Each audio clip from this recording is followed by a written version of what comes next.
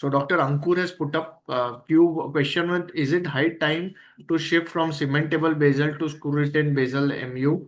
It depends upon the retrievability. If you are looking at long-term retrievability options, then you can definitely consider intraoral welding or screw retained implants. It also depends upon the kind of practice you want to do and the quality you want to deliver. So yes, Dr. Ankur, it can be time to think about it. And question number two, since the line is getting thinner between conventional and basal implants, as the later one also focusing more on second cortical and immediate loading, by some how to deal with this as a practicing basal implantologist, as they are not doing immediate loading but also degrading basal implants.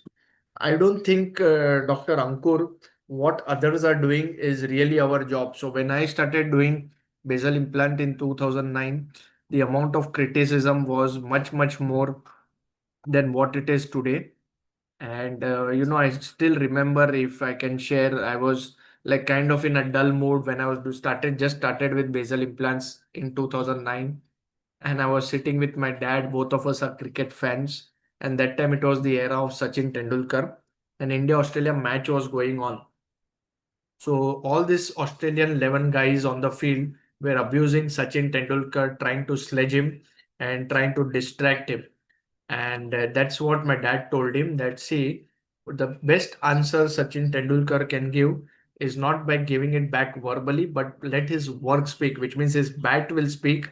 And when he scores runs, it's the best answer. Similarly, if you think that you are a good basal implantology and you are doing state of the art work, let your work speak, let your patients speak. Don't bother. You don't require certification from your friends or colleagues. They are not the people who run your kitchen. It is your work and your patience.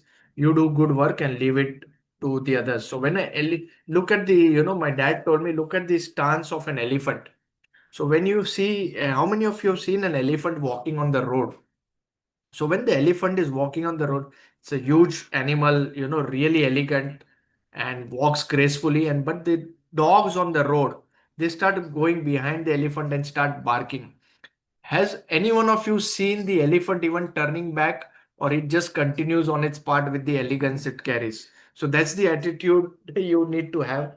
Let those who want to bark, bark, but you remain focused on what you want to do. It's not your job to think about what others. If you feel what you're doing is right, then it's not your job to tell them what is right or wrong. It's your job to just focus.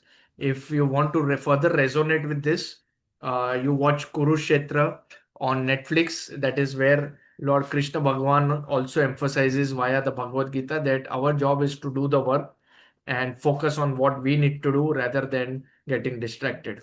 So I hope this spiritual and practical examples help you. And this is what I have been doing for the past 16 years. And results are for all of you to see. And I recommend, if you really want my advice, is to just follow the same. Yes, thank you, Dr. Mayuri. Okay, so